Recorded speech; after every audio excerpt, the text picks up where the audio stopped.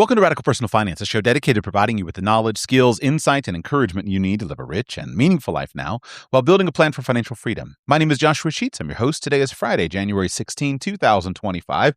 And on this Friday, as we do on every Friday, in which I can do so, we record live Q&A. You call up, talk about any questions that you have, discuss any topics, any current events, anything of your thinking, anything that you want to discuss with me. You are welcome to do that, and you guide these Friday Q&A shows. To join one of these shows, you become a patron of the show. Go to patreon.com/radicalpersonalfinance, patreon.com/radicalpersonalfinance. Support the show on Patreon, and that will gain access for you to one of these Friday Q&A shows. We begin today with Bridget in South Carolina. Welcome to the show. How can I serve you today? Hi, Josh. Thanks for taking my call. My pleasure. So I am currently pregnant with my third child. Congratulations. And thank you. And my husband and I are on the kind of birth tourism path. We had our second child in Mexico. And so this one, we are looking for Brazil. And we had actually found Florianopolis before hearing that I believe that's where you recently had your child. Mm-hmm. And so I had a couple of logistical questions and then one more opinion question, if you wouldn't mind. Sure. So the first logistical thing is for Brazil's birth certificate. Did your apostilled vital records, your birth certificate, wife's birth certificate, could you translate them ahead of time, or did they need to be translated in Portuguese in Florianopolis? They can be translated ahead of time, but it needs to be a certified translator approved by the Brazilian government. So you can't. So this is the same with everywhere that I've done business. Is that there is always a cartel of certified translators that is approved by the government, and you need to use somebody from that list.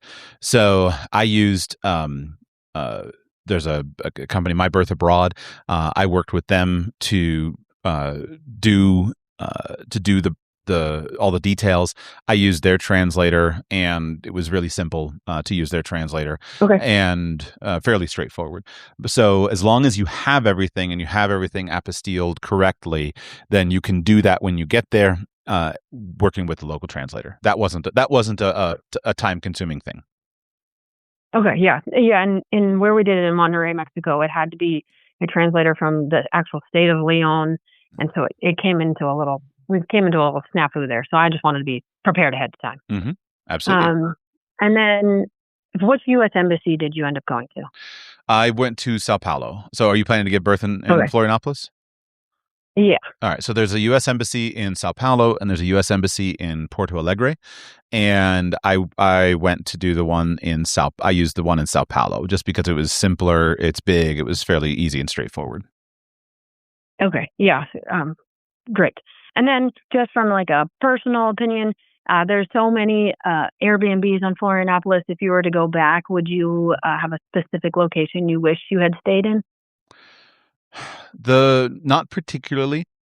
I think most of Florianopolis is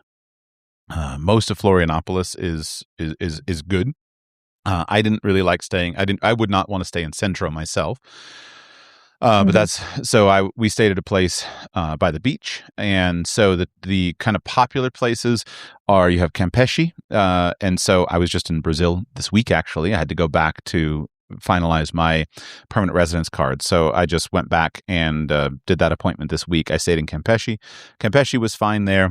When we were there for the birth, I stayed in Cachoeira de Bom Jesus, and I liked that. It's next to Ingleses, and so some people don't think it's a great place, but I was very happy to be in Cachoeira. I like those two spots. The whole island is so small that I think it doesn't really matter where you are. All of you're going to wind up doing your work in the middle of the island. The government offices and everything like that are in the middle of the island. So Floripa shopping is where a lot of the government the Floripa shopping mall is where a lot of the government offices are. I didn't do much in Centro, but Ubers are cheap and inexpensive. So basically, I think anywhere on the island is acceptable. I would focus on just the amenities of the place. I think you'll be better off choosing a place that has good amenities for what you're looking for, as compared to worrying too much about the location. Okay.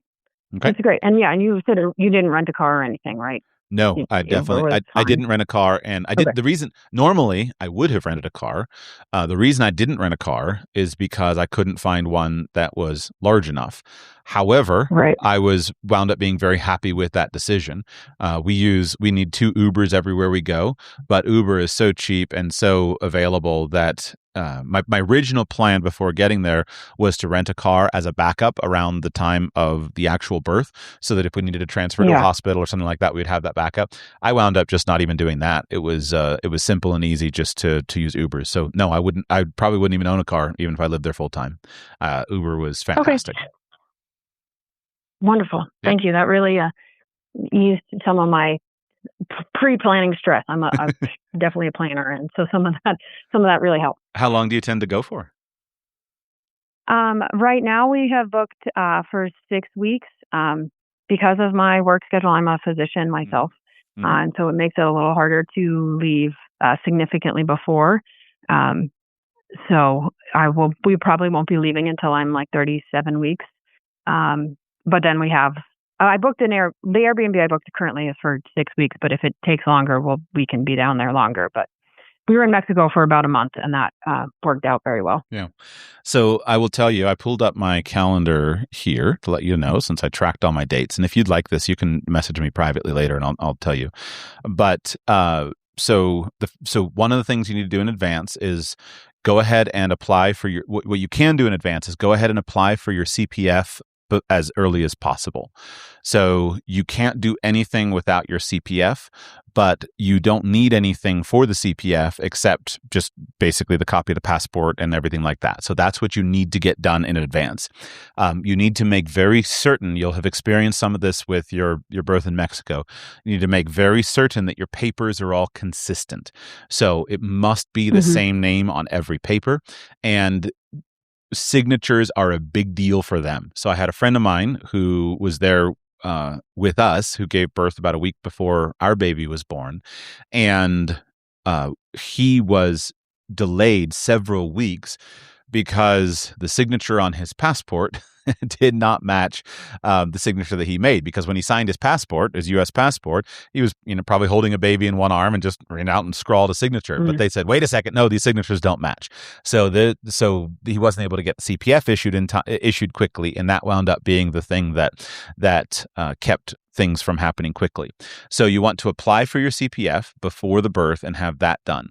Once you have the CPF, then everything is simple and straightforward.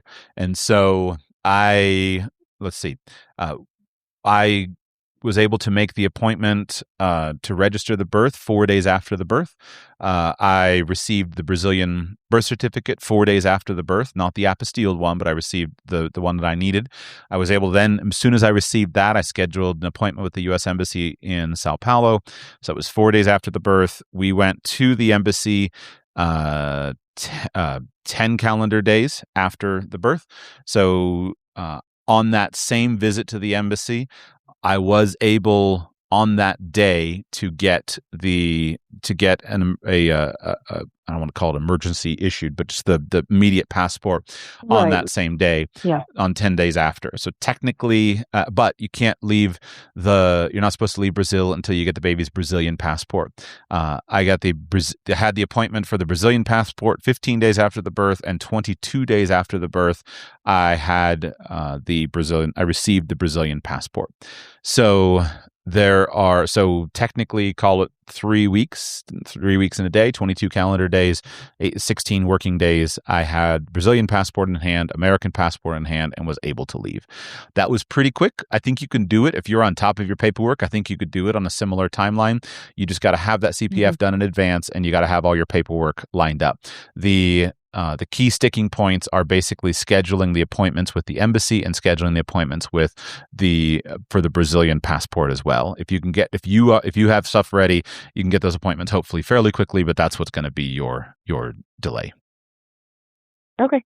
Okay. Yeah, that's very, very helpful. Yep. Thank you so much. My pleasure, and enjoy. We really enjoyed our time there very much, and looking forward to going back and spending more time there in the future. All right, we go to Texas. Welcome to the show. How can I serve you today? Texas. If you put your name in, there you go. Hey, That's Joshua. you. Go ahead. Hey, long-time listener, first-time caller. Welcome. Hope it's not too loud. I'm walking. Anyway, you've been a huge help. So I'm 33. Have two kids, 2.5-year-old and a 6-month-old. And I think I'm aligned with probably what your opinion is, which is that more kids would be more fulfillment, more meaning. Not sure my wife is on board with that yet, for having more. And I guess my question is, if I have more money to help support like her work-life balance, so she's a stay-at-home mom, so she's feeling pretty maxed out with the two right now. And we're still in that baby phase, but she's not sure she can handle a third. I would love to support us in any way to have more kids. Do you have any ideas on what I can do, how I can use our money to create an environment where she's going to be all in and say, yeah, let's have more kids? Yeah, I do. I've thought a lot about this. I keep threatening all these podcast topics that I have, and I didn't get them out this last week. But I have a podcast topic that I have these thoughts fairly well developed. I'll give you the preview of it here, just in a quick idea. But after years of thinking about it, I have come to the conclusion that having I've asked myself this question for many years: should we automatically respect to a higher degree a man who has more children than a man who has fewer children? And I don't like to talk in those terms because I don't like to denigrate people. I don't, if I know somebody who doesn't have any children, has two children, I don't look down on those people. But is a man who has 4 children better than a man who has 2 children? And if I ask that question, well, I don't like to denigrate anybody who has fewer, because we all have different situations. We all have different scenarios. My answer is yes. And the reason for that is that what having 4 children instead of 2 children indicates is it indicates a man who has been able to lead his household well, such that his wife was willing to have more babies. Now, that's a statement that I think is provocative, a bit controversial, but is relatively true, at least in our culture. And I think that as a man, you're having more children is a sign that you are doing something right. It's a sign that you are doing something right with your wife, with your leadership, and with how well your home is functioning. Because your wife can veto babies, right? Your wife can veto and say, nope, I'm not going to do it. And so the only way that you're going to be able to have more children as a man is to be able to create the environment in which she wants to have your babies. And that's going to mean that your household is functioning well and functioning smoothly. And I think a lot of this comes down to security and to confidence. So the security aspect is really important. Women, when they have children, they are less secure than when they don't have children because they have a higher degree of responsibility in life and they have fewer options. If your wife did not have 2 babies, she just had 1 baby or 0 babies, and she wanted to go and make money and do whatever she wanted to do, she could just go do that. But when she has 2 babies or 3 babies, she's pretty well locked into a certain pathway forward. My wife, who has 6 children, if I died today, she doesn't have that many options. She has to take care of these children, and she doesn't have a lot of other options. She's unlikely to be able to attract a new husband. She has to go and provide for these children. And so she's very vulnerable because she's vulnerable to me because of the 6 children that we have. So what I have to do as a husband is I have to make her feel really secure and confident, which is separate. I have to make her feel really secure. So anything that you can do to increase your wife's sense of security in you, your family, and in the future will be a good and productive thing. So things like making sure that you have a priority of having life insurance, having proper insurance, managing your household finances in a way that are not risky so that she has a sense of security. Any kind of security that you can provide for your wife so that she feels the freedom that she's not going to be super vulnerable if she has more children is the starting point. you want to just think about that and talk with her and find out what makes you feel secure and discuss it. And then that your job as a husband is to provide those things for your wife. The other side of it is confidence. And a lot of this is going to come down to skills. There are a set of skills that she needs to be effective as a mother. And if she is growing in her skills as a mother, then she will feel competent and confident in her ability to handle more children. If she is not acquiring those skills and exercising those skills, then she's going to continually feel overwhelmed. She's going to feel like, I can't do this. I can't handle this. Life is too hard. I just can't do that. And that's going to be the thing that one of the things that can shut her down and say, nope, I don't want to have any more children. I'm at the absolute limit. I can't handle it. So, is she a growth-oriented person? Is she somebody who is growing? Now, please don't answer any of these things about her. This is too personal to discuss in public. But let's acknowledge that it's the case, that there are a lot of women who are not growth-oriented. A lot of people just don't have growth mindsets. They have fixed mindsets. And so it's important, I think, to make certain that she is adopting at least some aspects of a growth mindset and that she is improving her skill sets and that she is becoming a better and better mother, and that she's developing the skills to be able to do that. Now, those skills would encompass a lot of things, but a lot of it will come down to, is she capable of ordering her home? Is she capable of putting in place systems that are working well? Does she have a capable structure for dealing with children's behavior, with children's activities? And is she growing in those things? Is her future that of an increasing amount of order and of joy and of time and hanging out and love, or is it chaos?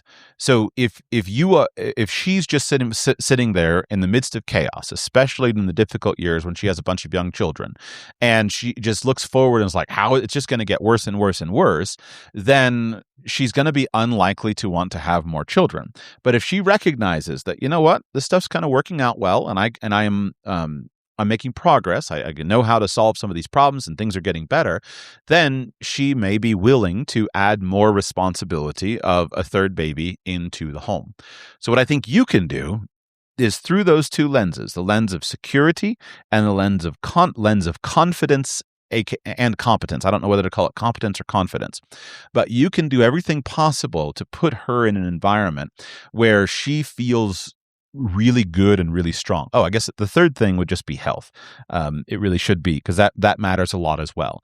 If she is in poor health, especially if she hasn't had time or if her body has not recuperated and been rejuvenated from the stresses of carrying a baby, then you've got to give good attention to that. But this is something that really never changes, but it is something that develops over time. And this is how I see kind of my job as a husband, is that I have to be providing leadership. I have to make sure that my wife feels secure. I have to make sure that she feels confident.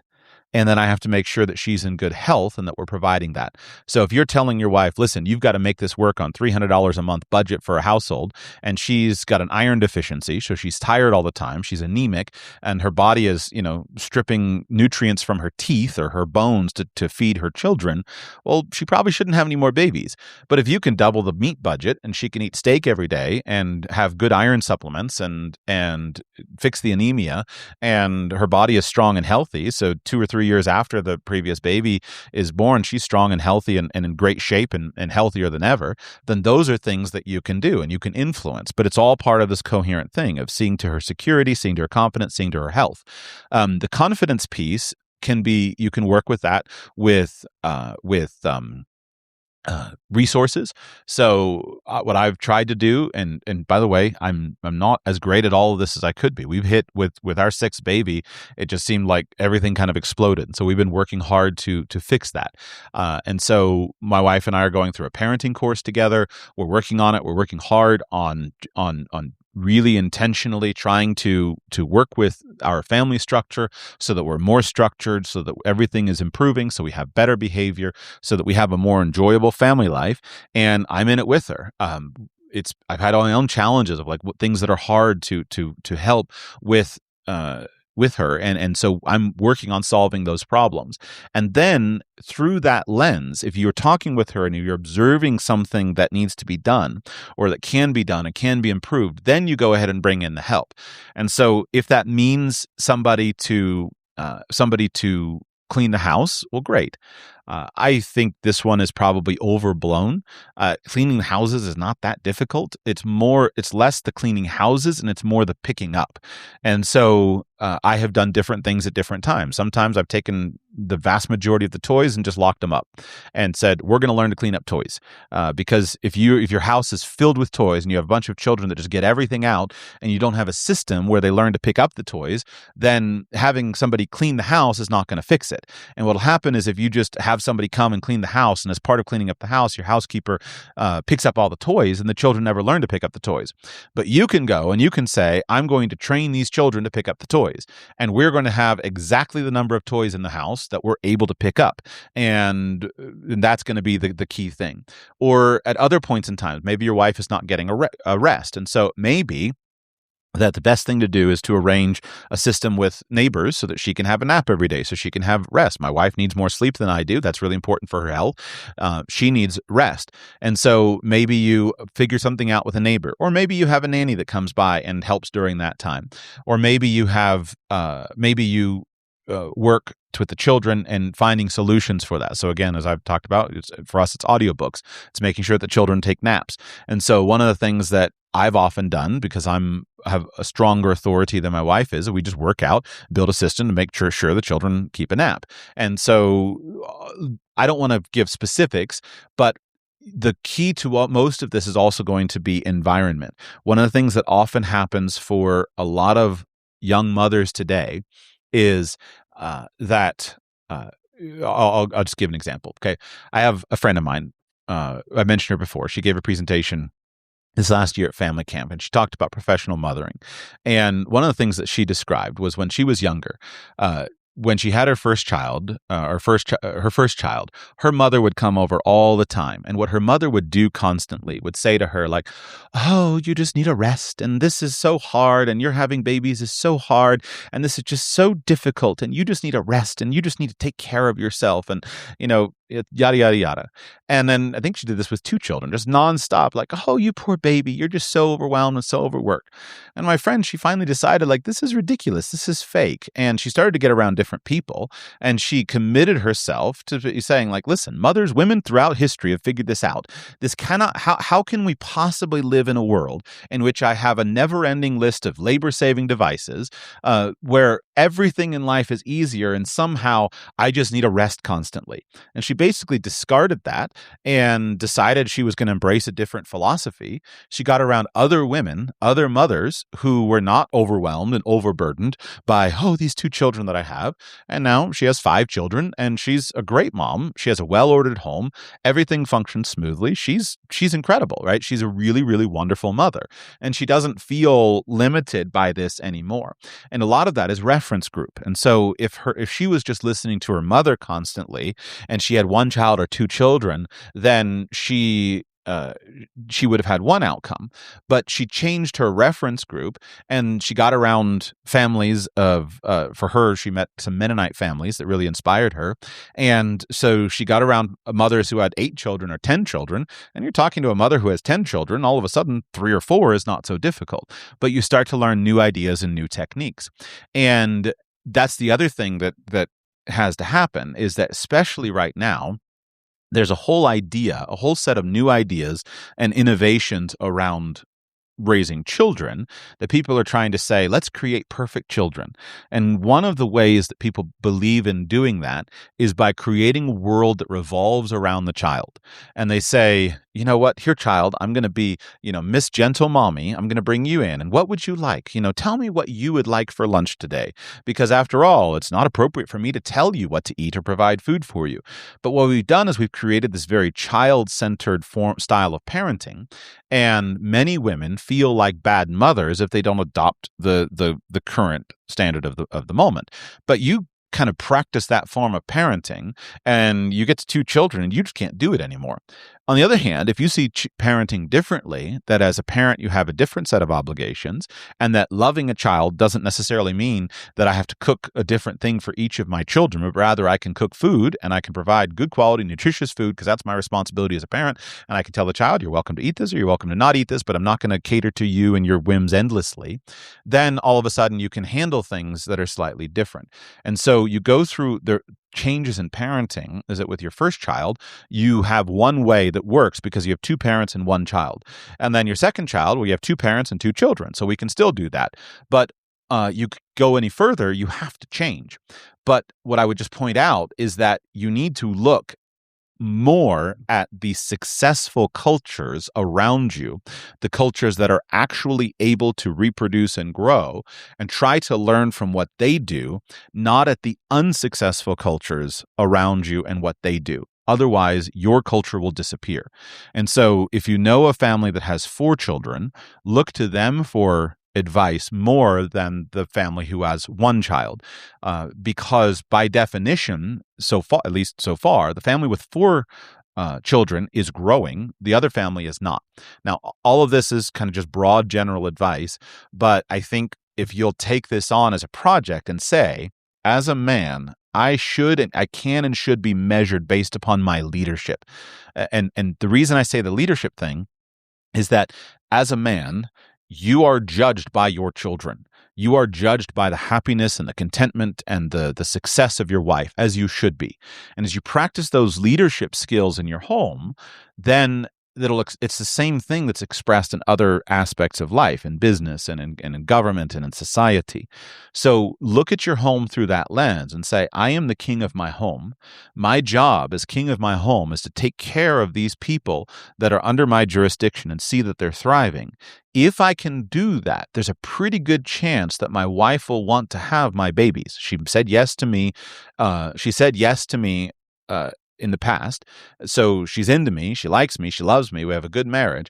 How can I build the kind of environment where she'll be excited about that?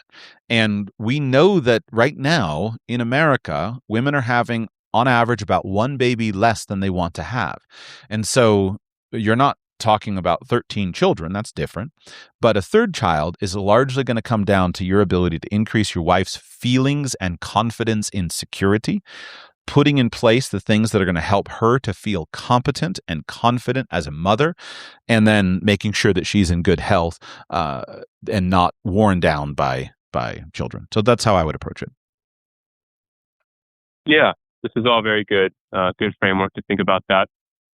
Sounds like I need to, well, I'm an engineer by trade. So it sounds like I need to take some of a process approach and really try to find ways to invest in her skills and our skills together. And then I hadn't really thought about the health bit. That's a really good insight. I initially asked about, if I had money to invest in this as a problem, like where should I spend it? And I think, there might be some areas there where I could offer to, buy her those hair supplements because she was complaining about, her hair thinning after the 2nd pregnancy, stuff like that. Try to increase her confidence and really enable her as a mom. So yeah, thanks, Joshua. Yeah, my pleasure.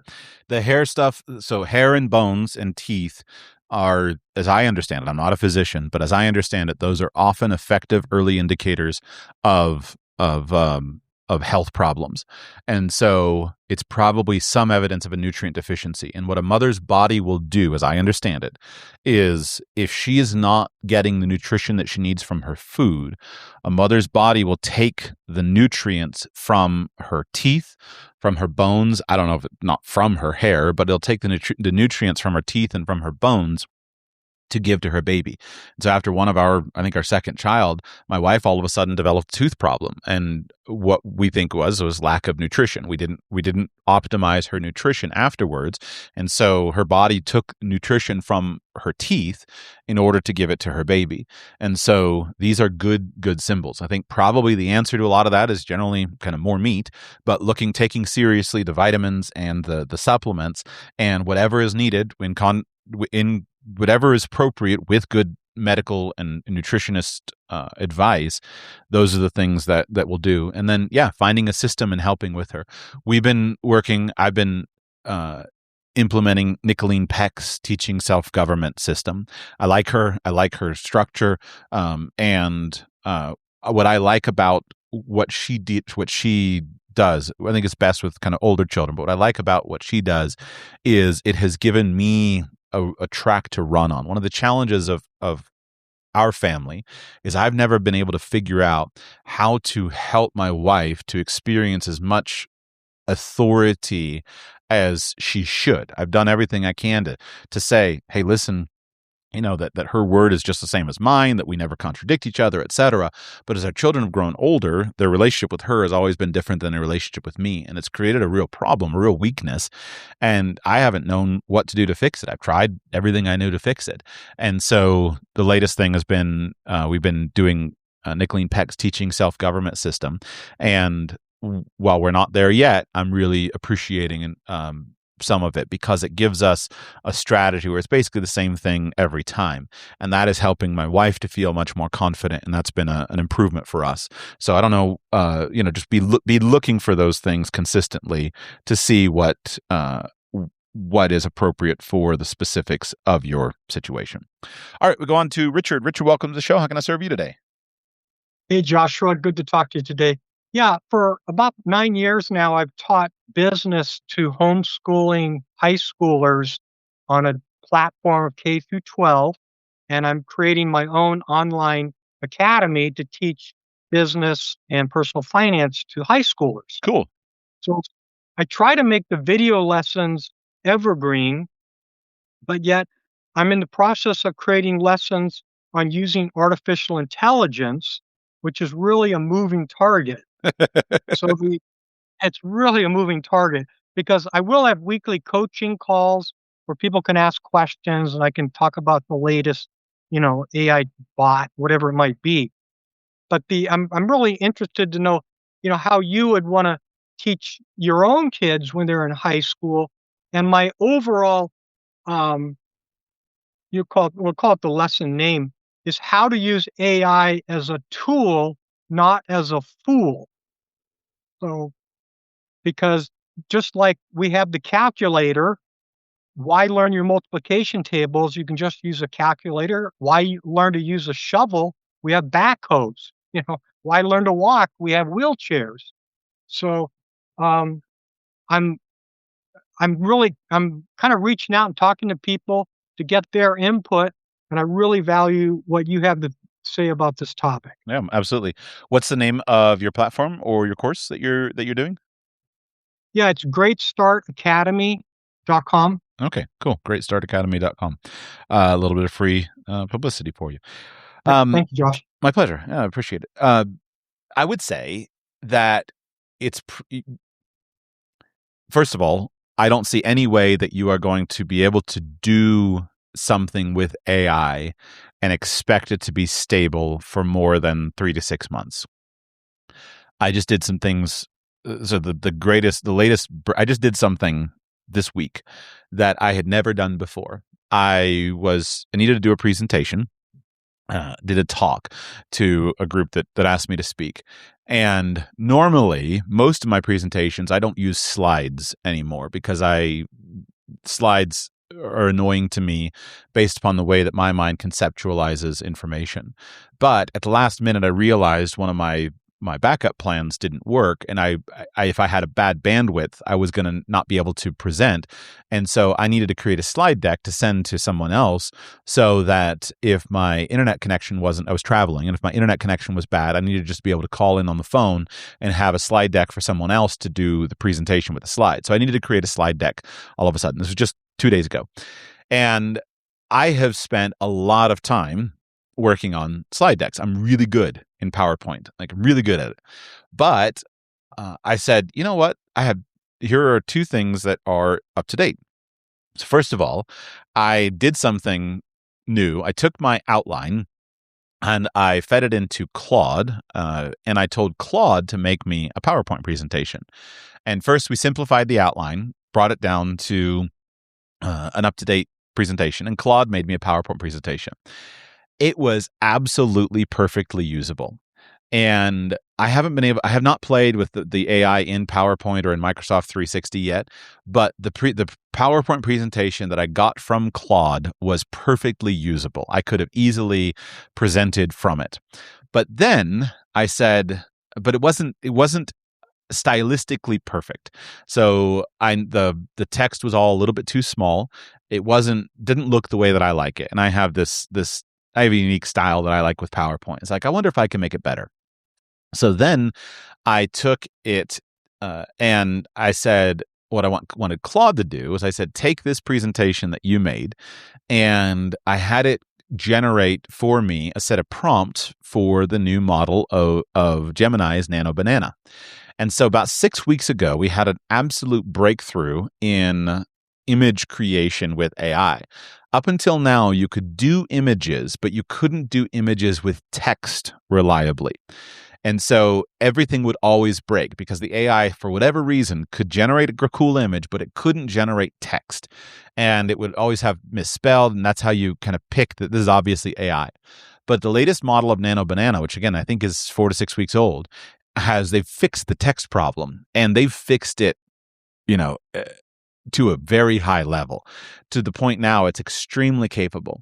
So I had Claude take my ideas for my presentation, and I had it create for me a bunch of Nano Banana prompts. And I took those prompts over and I used it to make images with Nano Banana. And then I just took those images and I blew them up to full size as a slide.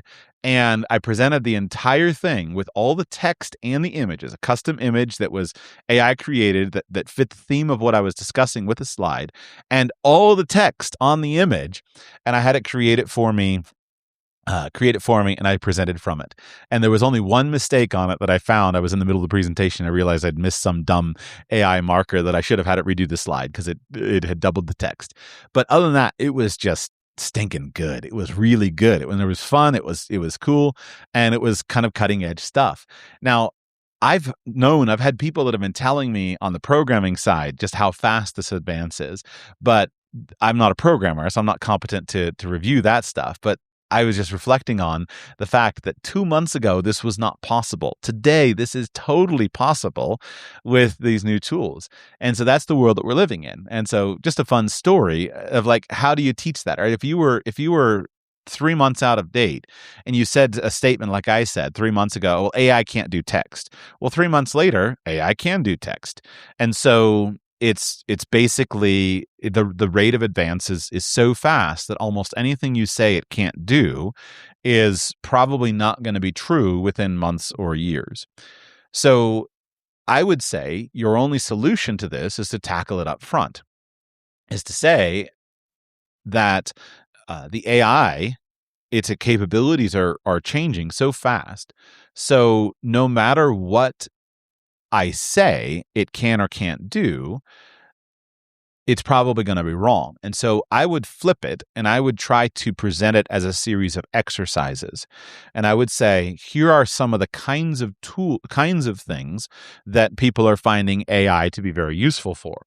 And try to come up with a set of exercises that would teach how, and you would say, go and choose an AI to use and use it for this purpose. Because what I think will be the same a couple of years from now is that we will be using AI for tasks that we don't use it for right now. And we'll see increasing levels of competence with regard to that. And so if you can come up with those projects and you can apply them to some real life situations, then you'll get good ideas. And then I would just teach about how to use the AI to coach on the current level. So I'll give some examples. All right, let's say one of the things that I use AI for a lot is brainstorming ideas. And so let's say that I have a couple of ideas about something and I want to extrapolate those ideas. Well, I will use AI to write the prompt for me to brainstorm about those things, and I'll get a much better result. So let me look at my logs from some of the things that I'm doing. So here's one from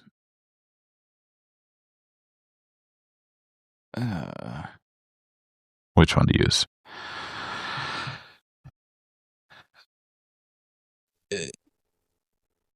I guess so. I have an idea. So here's one. I don't want to go. Sorry. the example is to take a subject that you're interested in and learn how to basically what you're doing with AI is you're teaching the tools of AI, which AI can do a pretty good job coaching you with if you'll teach people how to get the AI coaching you. It sounds also circular. But what I mean is that the first lesson that I would teach is prompt generation. And so I wouldn't say, here's how you conduct a good prompt. I would say, here's how you get advice on conducting a good prompt. And the key insight to getting a great prompt is to have the AI generate your prompt by basically just giving it a bunch of words related to what you're doing and then making sure that it gets the idea of being able to translate those back to you. So if I'm trying to generate a prompt that's about where I'm going to live, right? Where am I going to live a year from now? Then what I want to do is I'm going to go to the AI and I'm going to say, I'm trying to work on where I should live a year from now and what kinds of communities and cities and states would really be the best solution for me. And then I'm going to take that and I say, write a prompt for me that would help me to articulate all of the different the different things that I would need to learn. And so it would learn about an area, or that would articulate all of the different factors by which I could judge a community, such as the quality of schools, the population size, yada, yada, whatever these factors are. And then write that prompt and then run that prompt and then read the output. The next lesson that I would put in is how to use AI effectively, because one of the most important things to get AI to do is to get stuff pulled out of your head. So I use tricks a lot of times, like I have ADD. So I say to the AI, listen, I need to figure out what my goals are for this business over the next 12 months. The problem is I have just terrible ADD and I can't stay on track. So what I need you to do is I need you to help me figure out, do a year in review of what's gone well for this business and what hasn't gone well for this business over the last year, and then pull that out of me. And then it puts it into a different mode of question and answer mode, where basically it asks me a question. I use that thought-provoking question to answer as much as I can, and it keeps going on and keeps things for me. So the people who are going to be really skilled with AI are people who understand how to use AI to enhance the human effectiveness, to be a tool, not a fool, as you said. And that's completely and you can be completely ambivalent about what platform or what version of the software is, because you're learning how to use the AI as a research bot for you to teach you about those things. So in my presentation example, if I didn't know how to do that presentation, then I would have gone to AI and I would have said, I need to do a presentation, but I'm trying to figure out how much AI can do. Write a report for me about this and tell me what tools might be effective for this. So I want to stop there because I think that's too many words already. But to me, that's how I would structure the whole curriculum, is not necessarily about here's what to do, but rather here are the big picture things that AI can do for you, and here's how you start to query it, and then do that in the context of a couple of projects. And those projects will probably be a research report on a topic that you're interested in, an interaction report. So, how can you figure out what's going on with your health and your weight, and where the problems are, where you're overeating. And so some kind of interaction where the AI is querying you for data and then pulling the data back and turning it into a report. Some kind of output, so something like creating a presentation, having some experience with image generation, and then beyond that I would go to the AI and kind of generate it more. But I guess the final thing I would add is that what you can do is really valuable, is you do have to teach. I've thought about this a lot. I was like, is AI going to be an aristocratic technology or a democratic technology? This comes from conversations I've been having with Greg Treat, and he has this model that he developed about aristocratic technologies and democratic technologies.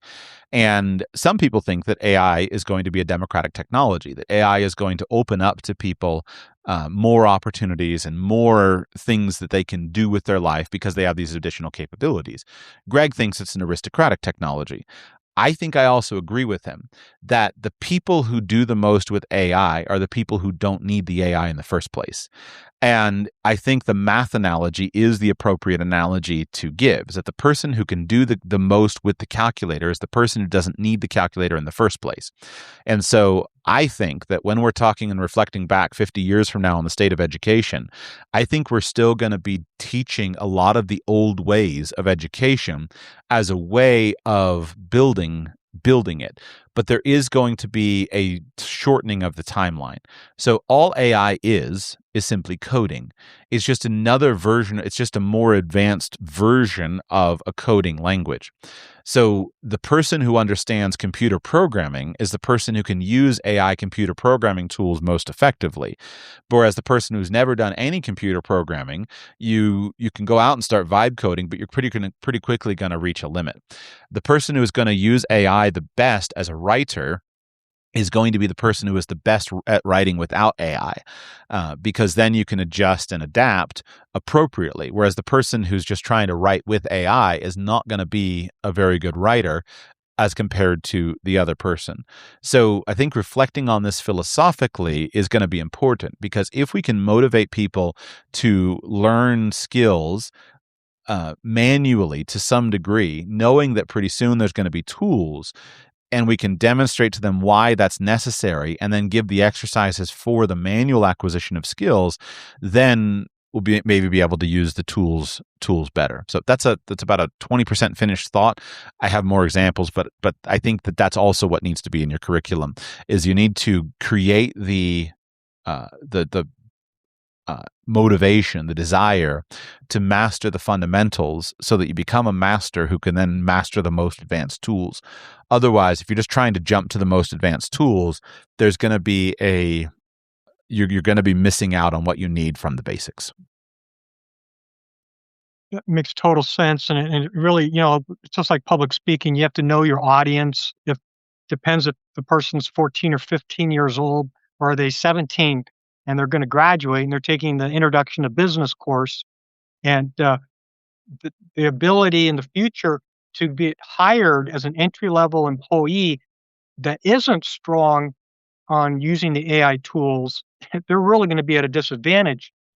But knowing how to use them properly really is, as you say, doing the hard work. I mean, learning, how to write and so on and so forth, how to speak, concisely and clearly, which turns into a prompt. I mean, if you can't speak clearly and concisely and really communicate what you're trying to communicate to people, you're not going to be able to do it to the AI bot either.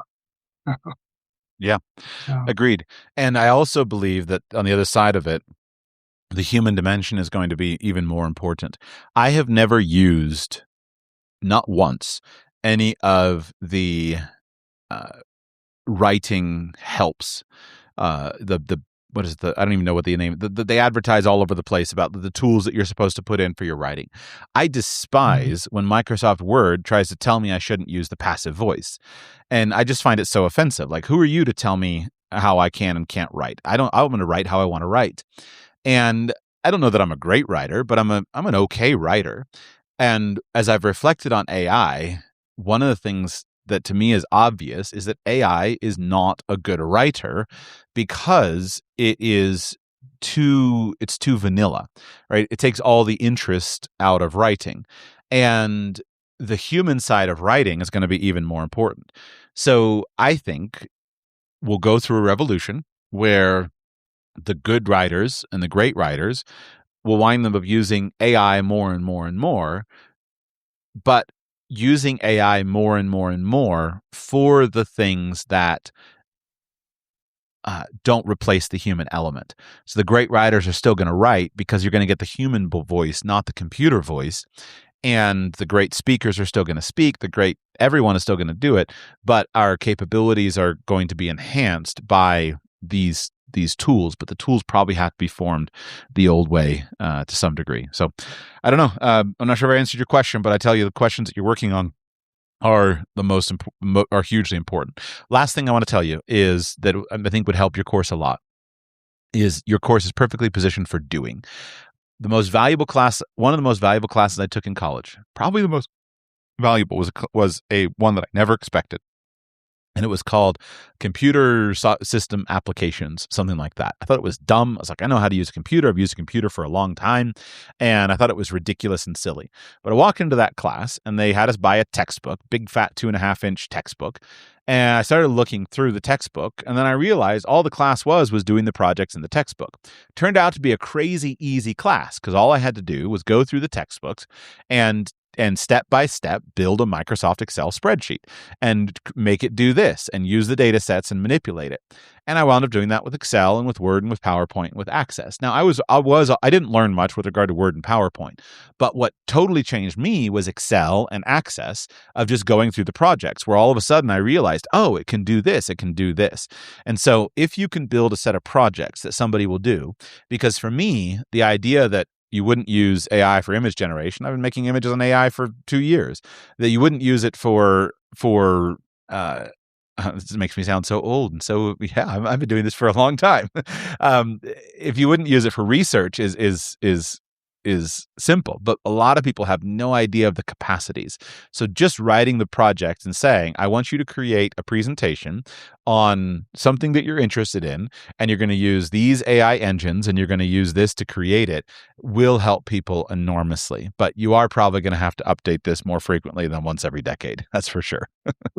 Yeah, absolutely. I expect to do that. And just one final anecdote on using AI as a fool that your listeners might be interested in is that I read an article yesterday about a court case in which the opposing attorney called out the other attorney for using AI in the brief, and it had included like citations to court cases that didn't exist, and it misstated things. And the judge was so upset with the attorney that used AI to write this brief that attorney might get sanctioned. And even if he doesn't, it's going to impact his ability to get clients in the future because he really hurt his client by using AI, in my opinion, as a fool, and he should have known better. Absolutely. Yep. It burned me once. I did it here on the podcast. I did the podcast about it, but I was podcasting about something. I was lazy. I went to AI and I grabbed it, and it grabbed outdated numbers and hallucinated something. And I was left with that egg on my face. And that's where you've got to be an advanced user, is that you have to understand, hey, this is really good and it's probably going to hallucinate on me. So how do I minimize the hallucination, and how do I make sure that I verify it? Because you're responsible for that output. I don't think it's wrong for us to refer to two things as being our own product. So I now say intentionally, I wrote this for you. I'll send somebody something. I wrote this for you. And all I do is I send them a PDF that's just output from AI, and it's clearly labeled as it. But I genuinely did write it for you. And I don't feel at all bad about saying I wrote this for you, and I send you a 40-page report directly from AI, because the skill is in crafting the prompts. So I believe that that's going to be more and more, that we're going to keep on using these tools, but you've got to know where those limits are, and you've got to know, you absolutely have to know when to be careful. And when the stakes are high, just like in my presentation, you better know how to catch the errors. Well, awesome. Thank you, Richard. GreatStartAcademy.com. Keep in touch and let us know how things go as we continue forward. All right, 2 callers more. Mike in Texas, welcome to the show. How can I serve you today, sir? Thank you, Josh. Very quick question. I was in the car with my daughter. We were listening to a podcast, and the guest on the podcast was talking about how it would be a good career for women to enter as financial advisors because of a lot of money that will be transitioned over into women's hands, specifically as this generation and men age. And her and I together investigated what it looks like to become a financial planner. And I queried AI, I believe, and it was the 25th percentile, or the top 20%, I think, had incomes of about 160, which seemed somewhat low to me, understanding how most financial advisors set their fee schedules. So I was wondering what your thoughts were on that. Was that accurate? And what are your ideas or what are your opinions on that career path in the future, just in general? That's not a quick question nor an easy one. That's pretty challenging. Feel free to give an abbreviated answer. Yeah. I think first, I think any career path that somebody has interest in is worth encouraging, and it is a good and legitimate career path, and it is a career path that has a lot of advantages, many advantages. I have known some women financial advisors that were very skilled, and what a lot of them like about it is the flexibility that the career path can offer. And so when you are your own boss and you have your own business that you run, but it doesn't have all of and you can get to the point, it's a dual business that can lead to a high income and can leave you with a flexible schedule, which is what a lot of women really want. A lot of men too, but a lot of women really want. And so I think it can be a good business. It's a business also that is in massive disruption and has been for a while. What the future version of it looks like, I'm not entirely certain. First, let's talk about kind of the broad scope of the last 50 years. The broad scope of the last 50 years is that, quote unquote, financial advisor compensation has become much more difficult to come by. It used to be that you'd be a stockbroker and you'd make money by selling stocks. But then the mutual fund revolution came along. So then you'd make your money selling mutual funds. And then the passive index fund revolution came along. So then you couldn't make your money by selling mutual funds. You had to make your money by managing money. But how do you manage money and defend that consistently over time? Well, we do a lot more financial planning. And so the concept of financial planning was an old concept, but it has become much more professionalized over the last years and decades. And so years ago, if you went and got financial advice from someone, they probably didn't have a lot of training and knowledge in it. Now, they're almost certainly a certified financial planner. They may have a degree in financial planning and be able to progress forward. The problem is that it seems to me that any of us like me who specialized in the technical side of things, we have now been supplanted by artificial intelligence. There are very few I haven't come across a technical financial planning question that AI can't answer better than I can. I think AI can replace 80% of my financial planning job. And so that's pretty shocking because you can get really good technical advice from the AI engine. So what's the point of a certified financial planner? What's the point of it? It's hard to answer that question. What I think is the point is basically moving people to action and really understanding how to motivate people towards their goals. And so when I think about moving people to action, I don't think of financial planning. I think of selling life insurance. Ironically, the thing that hasn't seemed to have changed much over the years is the sale of life insurance. And I had a very conflicted relationship with this. I never in my life imagined being a life insurance salesman until I needed a job and I thought about going into financial services. And I said, I'll work for a life insurance company. That was who I interviewed with, who I liked the most. Then I started reading about life insurance and about life insurance salesmen. You wind up having the jokes about life insurance salesmen. So it seemed like a very low status profession. And I didn't want to be low status. I wanted to be high status. And I wanted to be, a Mr. Fancy Pants financial planner. So I sold as little life insurance as necessary so that I could become a financial planner because that was where the high status was. But over the years since then, and I haven't had a life insurance license in more than a decade, over the years since then, I've come to appreciate life insurance more than I ever did. That the basic concept of life insurance hasn't changed. And I don't think AI is affecting the life insurance industry because life insurance is a product that seems to have to be sold. There are large and successful life insurance brokerages that advertise and sell life insurance, but they haven't fundamentally upended the business as far as I can tell. People still sell life insurance. People still buy life insurance predominantly when a life insurance agent comes and knocks on his or her door and says, hey, let's talk about your money and what would happen if you died, and would you like to take care of those people, and would you like to buy life insurance? And so, ironically, I have for years thought if I went back away from what I'm doing now, I would probably just go and sell life insurance, because it's the most consistent human thing that needs to be done, and it seems to be the kind of thing that needs to be sold, where there needs to be somebody that comes along at the right time in your life where you want the benefits of it and puts just a little bit of good, friendly, professional pressure and say, I'm here. Why not go ahead and buy it now? You're going to feel better when you do it. And I don't think the AI can replace that. The other human side is just basically a human side of getting wisdom, and of being able to pull out of people the human side of what they want, and understanding human dynamics. So where I think most financial planners in the future I think they're already there, they're just not saying it, is that the financial planners of the future are all going to be about the human conversation. So can I ask you about what you want? And then can I turn around and feed that transcript into an AI to give me all the technical side, and then come back and kind of move you to action on those goals? That seems to be what I do. Like with my consulting clients, that seems to be what people really value that I'm good at.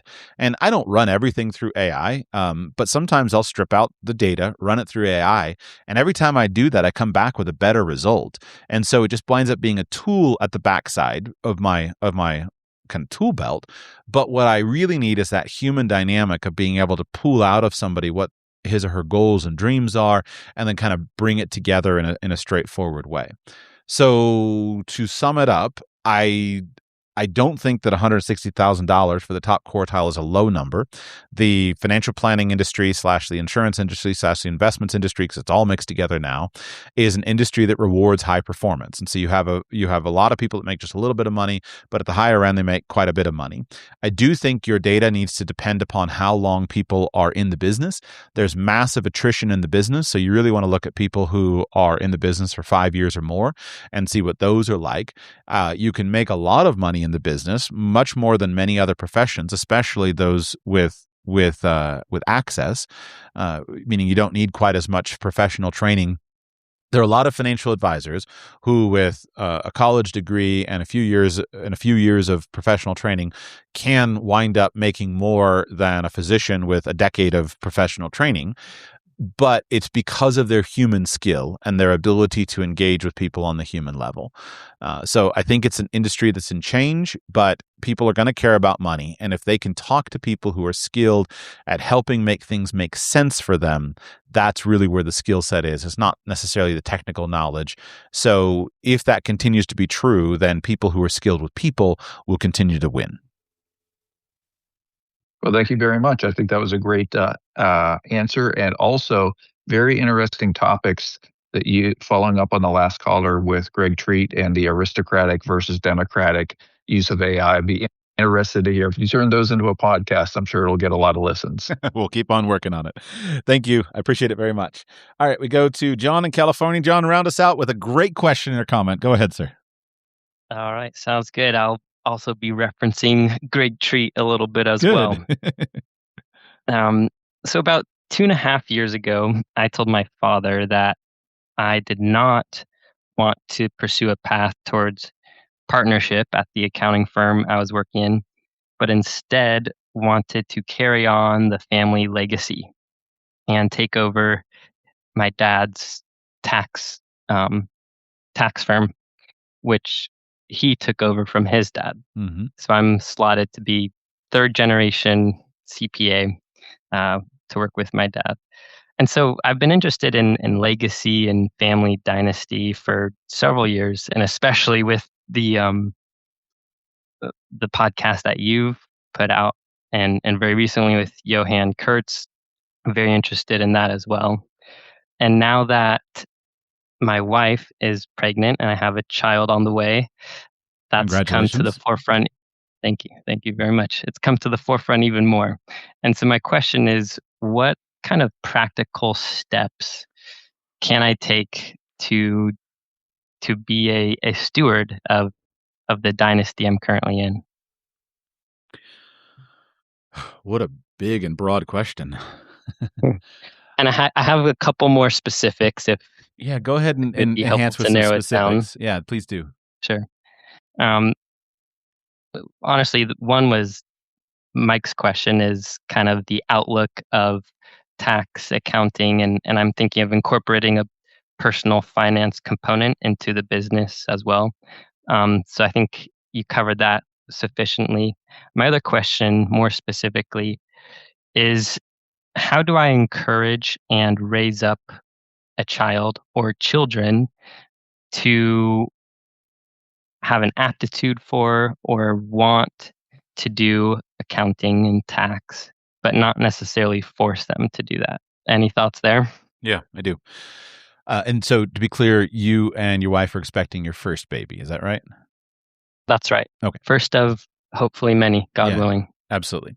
Wonderful. So I would say, first of all, I want to answer the question, and I respect a man who thinks years in advance, but it's not going to be super necessary for you to think this number of years in advance beyond just kind of the broad outlines of what you already know.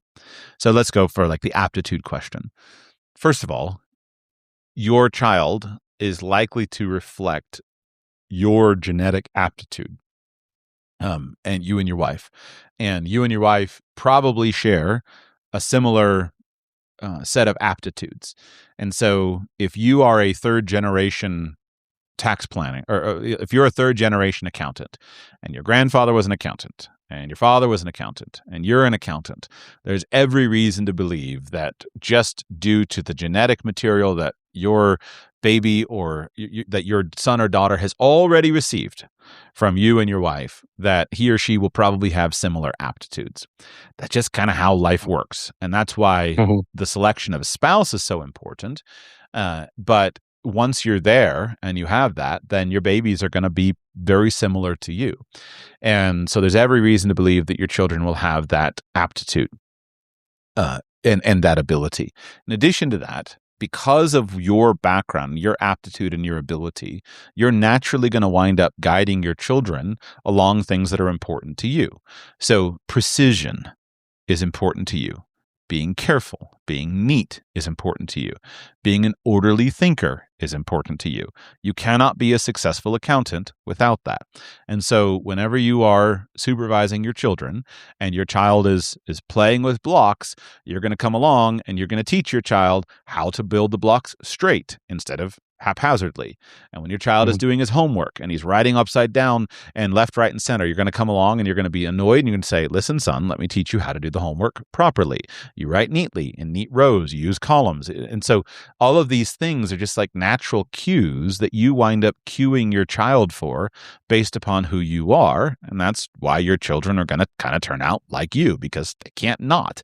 They have your genetic material and they're in the environment that you're in. You value the things that you value, and you are going to emphasize these values to your children. So there will be a few other things that will happen, is that you will wind up putting your children into pathways that where you know how you would do it over again. You would do it faster, better, and easier, getting your licenses, studying for your CPA exam, learning things and all of that. And so you naturally wind up coaching your children in that way. And then you'll have the resources for your children, and they will grow up in a world in which what they do, what you have done seems appropriate. I'll just give a very real example. Not once ever in my life did I ever consider becoming a physician. Not once. I also never really considered becoming a lawyer. Not once. The not once for physician. I never really considered it, but I can't say not once for being a lawyer. That's because my parents are not physicians and lawyers. And the money involved with medical school and law school, to me, seemed like so overwhelming. Like, how could anybody ever come up with hundreds of thousands of dollars for medical school? How could anybody come up with hundreds of thousands of dollars for law school? Now, if you had asked me the question, I probably could have done a report and figured it out and come to believe it. But during that stage of life, you're just kind of naturally reacting to things, and just naturally reacted to the fact that, well, I don't know the answer to this question, so how could anybody do it? Well, I don't know how anybody could do it. So therefore, I just didn't think of it. But if I were the son of a physician, then I would just assume that becoming a doctor was the most normal thing in the world. I have a good friend of mine. She's a physician and her husband is a physician, right? They're both physicians, and they have 3 boys. And like for those boys, the idea of becoming a physician is obviously going to be the most, normal thing in the world. And it's kind of the same for you and your children. The idea of becoming an accountant is going to be the most accessible, normal thing in the world because that's what they will have seen. So these are natural and obvious things along the way that will result. And you don't have to worry too much about it. It'll just all work itself out. What you do need to focus on is just building the good home environment, taking care of your wife. So with all the stuff that I mentioned, I think in the second call of today's podcast, of making sure that she's happy and strong and whatnot, which leads me to the question of transition. I had another interesting one. You guys ask me these questions about stuff I'm thinking about, and I have a whole podcast planned for it. But I had an experience recently. I was talking with somebody about a family business that my friend works for. And this is a family business. It's a manufacturing business. And there was the father who was a manufacturing guy. He built the business. The father had 4 children, and those 4 children are all involved in the family business. It's been very big, very successful. They made a lot of money. But now the father is, I think, about 90 years old, and the 4 children are in their 50s or 60s, I'm not sure. And they've taken over, and they're all into this business. But the third generation of children who are now in their 20s don't seem to be interested in the business. And I asked my friend, I said, I asked, how many people are there in the third generation? And the answer is there's 5. There's 5 people in the third generation. And none of them seem particularly interested in the business. Now, what we talk about is, of course, the shirt sleeves of shirt sleeves. It seems natural and obvious that the generation 2 grew up in and around the business. And so dad was out there, then it's the concrete business. Dad was out there doing concrete stuff, and they were playing around the concrete themselves. So they grew up in it. It's in their blood. The third generation has enough money that they've never been on the job site constantly. It's just not in their blood the same way. And so you can go down that pathway, and you should, meaning that if you want your children to be involved in the family business, you should involve them in the family business. But what I pointed out, which I think sort of insightful, I didn't used to think this way, was that if in the 4th generation, each of those 4 children had their own 4 children, there would be more people to choose from. And so let's say that, so you had generation 1, the founder of the business, then you had generation 2, the 4 children and their spouses. So now if that 4 each of them had 4 or 5 children, they had grown, there would be 16 or 20 or maybe 24 people in generation 3. Now, imagine how much easier it would be to find, if you had 20, let's say you had 25 what are grandchildren, generation 3, instead of 5. I think there's a much higher probability that out of 25 grandchildren, you would find 2 or 3 or 4 that were really interested in that family business than out of 5. Because out of 5, they may be lucky to get 1 or 2. And so there is an element in what you've described of, hey, we want to have babies and we want to continue on the family farm. It really does depend upon natural continuation. And if there aren't enough children that are likely to take it on, then you may not wind up with a successor. Now, the flip side is that if you have 5 children, it's unlikely that all 5 of your children are going to want to run the family tax firm, nor will you wind up wanting them to do that because they will have other interests and other abilities. And so there's this balance where you want to have enough children so that there are suitable candidates for the business, but not so many children but recognizing that not all of your children will be interested in your business. So if we take that and build upon it, so the way that you proceed forward is going to be to start to engage in vision casting. So let's use the farming example. What I like about the farming example is that we can see this historically. I wish I could tell you how to find this, but basically, if you go back to some cultures, I believe examples like the Dutch, what you'll find is that a lot of their farms, let me not say the Dutch, you can find some cultures where historically, you were a father and you had 100 acres and you had 5 sons. So you have 5 sons, and the way that your sons are going to make their living is you take your 100 acres and you chop it into 5 pieces, and each son gets 20 acres. All right. So then fast forward a generation. Now your sons now have 5 sons, and what do they have? Well, they each have 20 acres. So each of them takes their 20 acres and they chop it into 5 pieces, and each of the sons gets 4 acres. And you can see that doesn't go very far. Now, it goes for a while, but it doesn't go very far. And you wind up with too little land. And so you either have sons who stop having sons, or you wind up sending the sons off. And so this is where historically other cultures practiced the concept of primogeniture. So if you have 100 acres as a father and you have 5 sons, you say to your son number 1, you are the eldest, you get the 100 acres. The other 4 of you are going to go off and make your way in the world. This was the English system as compared to the Dutch. And it's just known that we only have 100 acres. We can only pass that along to one person because that's the appropriate size of the farm. So the other 4 have to go off.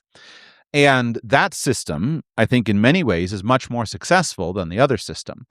So while I don't have a framework built for this yet, this is, I think, what you're going to wind up doing as a father and as a leader, is that you are going to be building the family legacy, and you're going to have the family firm, which is going to be the tax firm, and you're going to have 5 sons, and one of your sons is going to take over the tax firm. But you can't take the tax firm and say all 5 of you are going to work in the tax firm. That's not going to work.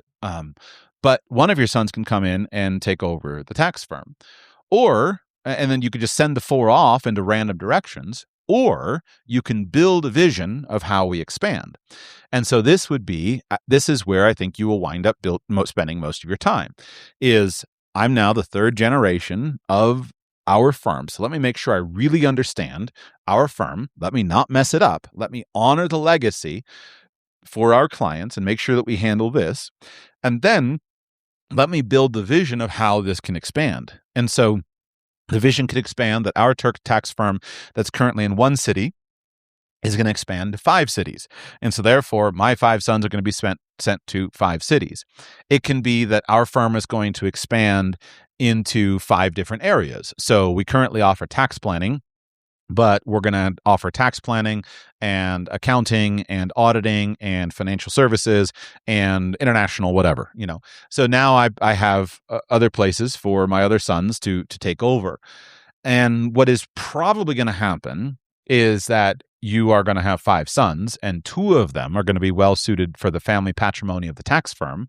But then the other 3 are going to spin up other businesses or other things that are nearby, or be working in similar areas. And maybe 4 of them are going to be in business and 1 of them is going to be in the arts. And you're going to start to build connections, and you're going to encourage those people in other directions. And that's what elite dynastic families do, is you're going to wind up having the 5 sons. 2 of them are going to be very well suited to your business. 1 of them is going to be very well suited to go to the frontier and open up a brand new frontier market. The 4th one is going to be very well suited to academia. And the 5th one, you're going to send into politics, or to go and be kind of in a high influence profession of newspapers or something like that, is how this stuff is going to work. But the key to all of it is going to be vision, is that what you do is you have to be a man with vision, and then you cast that vision before your children, and then just wait and see as they grow and learn, and see who's well suited and well adapted for which aspect of the family vision. So that did I answer, or is that along the lines of what you're thinking? Yeah, no, definitely. I think it's good to point out that I can't make it all happen right now. It's like I'm super interested and I just want it to go, but it just can't. So that's what you said first. And it's interesting. Like, I have 2 siblings, and yes, one is more in classical education and the other is in tech, and they were never going to be accountants. So from a young age, it was, yeah, John is probably going to be the one to carry on the business. And so it'll be interesting how to, encourage and see the aptitudes of of my children in the future. Yeah.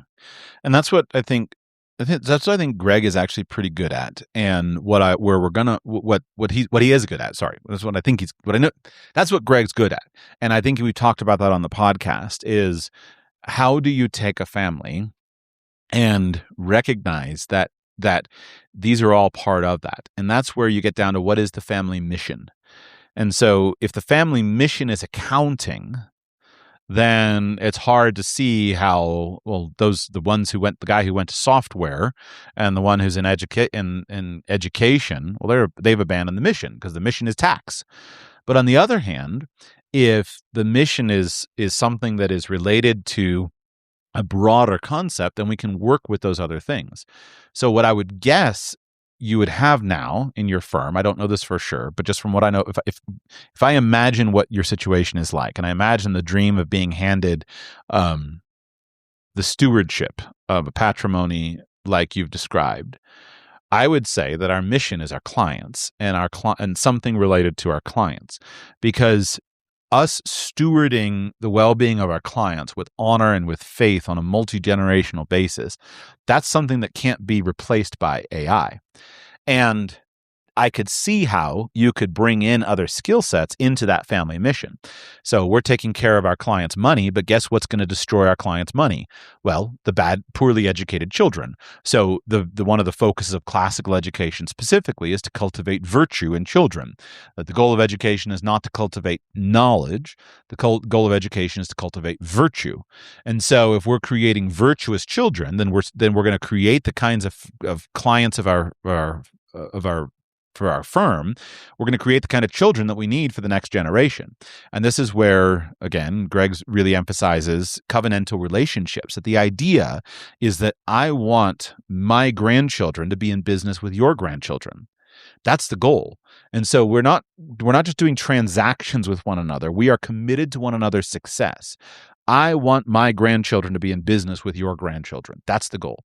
And that puts a different spin on it. And then we look at somebody who is involved in tech, and we might bring that person and say, well, what is this solution for our family business that is here? And so another element of this, I think, depends upon your perspective of divine providence.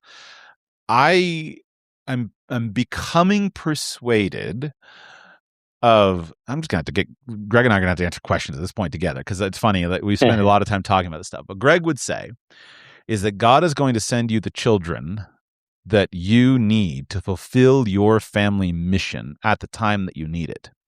And what happens is that child comes along, the wild child who just wants to play on his computers all the time. And if you don't think that is God's providential move to send you the child that your family needs, then you send the child off to Silicon Valley and he winds up just going and doing something else.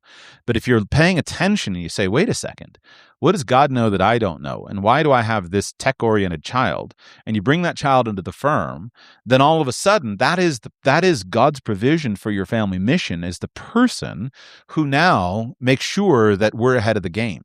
And we built these multi-generational relationships, but man, we have absolutely rock solid security. So when everyone else in our family has all their client records stolen, everyone else in our industry has all their client records stolen, we don't, because we had this tech-oriented person who solved it. And when everyone else's business is decimated by the latest technological trend, we're not, because we led the trend, because we had this tech-oriented child who was engaged in our business, connected to it. And that, I think, is the other element of it, is that when you have a family mission and you're looking at people and you're saying, these are people that I'm responsible for, right? These are our children. These are the children of my employees. These are the children of my partners. We're people working through life together on a team, committed to one another, playing games of life and not games of death, committed to one another. Then how, with these people on the team, where do we go with these people on the team? And as I've seen the importance of this, there's a book that I read when I was about 2000. I was in college, maybe early 2000s. It was Jim Collins, Good to Great. I haven't read it in 20 years, but the only one of the things I remember that made the good companies the great companies was the metaphor of the bus. And in that book, Jim Collins said that the great companies are the ones who focus first on getting the right people on the bus, and then they figure out where the bus is going. And that's where I'm at in my thinking. And I think that that's where a lot of families are going to be at who are engaging in this kind of planning, is that what we're doing is we're getting the right people on the bus, and then we're going to let those people figure out where the bus is going. And that's how you handle this. Now, getting the right people on the bus is usually thought of as a recruiting strategy. And I think it is that. If you are going to wind up being the leading patron of a great house, right? You're the patriarch of a great house. You're continuing. You're the patron. Then your job is to get the right people on the bus and to recruit to the family. And you're going to be the patron of other people who you're going to bring to you based upon the work that you're doing. But then it's also the people on the bus for your family. So what you're trying to do is not build a static vision of saying, we always have to do business in this way, right? Granddad started this firm. He did tax. Dad continued this firm. He did tax. I'm continuing this firm. He did tax. So therefore we can't do anything but tax. But rather to recognize we have been given this legacy, and this legacy is probably always going to be in our business. But as we get new people on the bus, where do we go together and how can we work to that together? And that's how you do multi-generational transfer effectively. Multi-generational transfer is often foiled by the older generation not being willing to see the bus go in a different direction. And the younger generation doesn't want to be stuck on the bus that was going to wherever their grandparents were excited about it. They're like, we want to go in a different place. And so having this balance where we work together is going to be key, and it's going to come down to some form of separation. And this separation is going to also involve differences of legal movement. It's going to involve different enterprises, but at the whole, the constraining factor of it is those relationships of covenantal commitment to your family members and to the family itself, the trust that is engendered by that we all have the same values, we're of the same bloodline, we have the same ethics, we can trust one another, and then putting in place the appropriate adaptability for it. And so again, if you have one son and your dream is that my son takes over this tax firm and your son is not a tax guy, it turns out he's an artist, then your dream is foiled. And so you try to force your son into the tax firm and he says, no, Dad, I'm an artist. I'm going to be an artist. And this winds up poisoning the relationship between you because you want him to continue the tax firm and he wants to go and be an artist. And that's the situation a lot of men are in. But if you have 5 sons, and almost certainly of your 5 sons, 1 or 2 of them is going to be an accountant type. And that son is going to be thrilled about taking that in. And then you look at the artist's son and you say, all right, son, how can we work together? And let's see, God has given me an artist's son for a purpose. So how can we help you expand our family mission using your gifts and your talents? And he starts up a separate firm and we do this for him. We work together and there's all kinds of incredible creativity that can come from that. And then on the whole, this is what wealthy families are gaining from, is they know games of life, right? We're not in this to it's not kill or be killed. We're playing games of life, fighting for honor and for prestige among one another to see who can do it with excellence. And if you have a son who is artistically inclined and that son winds up becoming the man who envisions the next great building downtown, right? Who builds the central cathedral, or who builds the house, or builds those things. What a powerful thing to have. And this should be the kind of thing that's obvious and that's respected, that it's amazing to have the artistic son who winds up leaving the family legacy on the Smith family, building downtown, and he's the one who redesigns the whole city and whatnot. But if you don't recognize that I'm tongue-tied here. Just that God is going to send you the children that you need for that work, and you're going to work back and forth with them to find how are their talents and their skills best used within the context of the family and within the context of the family's mission. And that's where that question of mission comes in. What is our mission? And a lot of times the mission is going to change as the years go by. It's going to have its commitment to the core values, but missions can and should change. And you're not dishonoring your ancestors by doing that. You are honoring them by adapting it. And as the right people are on the bus can go in many great directions effectively.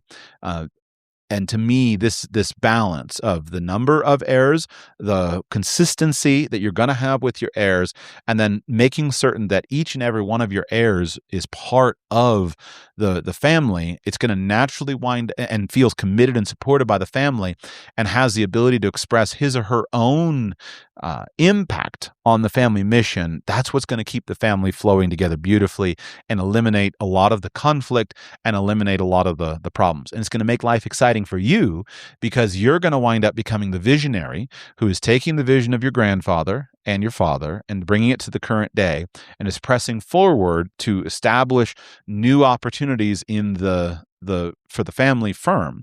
And that biological imperative forces you to think bigger. If you just have one son, you can just hand him 100 acres and you cannot do it. But if you have 5 sons, you know you can't hand him 100 acres. So you've got to go to the frontier and you've got to find hundreds more acres and then expand that way. Yeah. No, that's excellent stuff. Good things to ruminate on. Thank you. We're in it together. We'll make it progress year by year. And I guess the other thing I was going to say is just I think the relationships are the key. So if you as you take over and start move towards the leadership of your family firm, the value is going to be in the relationships, not in the transactions. And so your company as a 3rd generation company has demonstrated stability. And so what I would encourage you, I've thought many times over the years about starting some kind of multifamily office. And that's always been, there's always been, if I failed at all the stuff that I do, there's always been 2 things that I would do. Either one, I would go and sell life insurance. And frankly, I probably wouldn't. But what I would do is I would go and build some kind of multifamily office. And you have been given, so I don't want to put my dreams on you, but I just want to give you just a vision, is that you have been given that to some degree, even if it's primarily a tax firm. And so if you look at your clients and you basically say to your clients, we're on the 3rd generation here. By the way, let me just ask, do you know if are there any clients that were your grandfather's clients that continue with your firm today? Yes, there are a couple, not many, but yeah, I recognize definitely a place of privilege. So I would emphasize that with all people. I'm the grandson of whoever it was, and we're in business with my grandfather's clients are in business with me, and my goal is that my grandchildren are in business with your grandchildren. That's what we're going to do. Now, we're going to make sure that we do the work along the way, but our distinction, our differentiation is relationships. My grandchildren will be here to take care of your grandchildren. And so I'm going to raise those grandchildren up, and we're going to be that committed to you, and you raise those grandchildren up, and you be committed to us, and we're going to build something great. That is the kind of company that will flourish in the day of AI. And while all your competitors have moved all their stuff over to India because they were a little bit cheaper, your competitors will gladly stroke you checks to make certain that their data doesn't wind up in India and that there are the people there. And I'm convinced that is the pathway of the future, is relationships. And then that's what's so ironic about this whole discussion, is that we've tried the transactional thing for a long time and it's just led to chaos. And so since the beginning of mankind, it's all dependent on relationships of commitment one to another. And we've seen the chaos that has come from 50 years. Our entire culture was severely damaged in just 50 years of this kind of transactional thinking. But imagine where we can be back in 150 years as that stuff kind of dies off and we get back to the connection of relationships. You've got to raise the grandchildren that are going to be in business with my grandchildren and vice versa. And if we do that, we'll have the enduring firms that we dream of having. Yeah, that's excellent. All right, good stuff, man. Stay in touch. Congratulations. And just kind of pulling back today, none of this works. Go back and listen to the call of the second caller. None of this works if you don't do a good job with your family. If you're just off doing business all the time and you've got a miserable wife who hates your guts and feels totally insecure and whatnot, well, all your dreams fall apart. So that's where we kind of back up. And in the next coming years, you're just going to be in a different frame. But having that vision will carry you through it as you go day by day. All right. And with that, we close out today's Q&A show. Great questions all. I really enjoyed that. Hope you guys enjoyed it as well. If you would like to join me on next week's show, remember you can do that by becoming a patron of the show. Go to patreon.com/radicalpersonalfinance, patreon.com/radicalpersonalfinance. Thank you.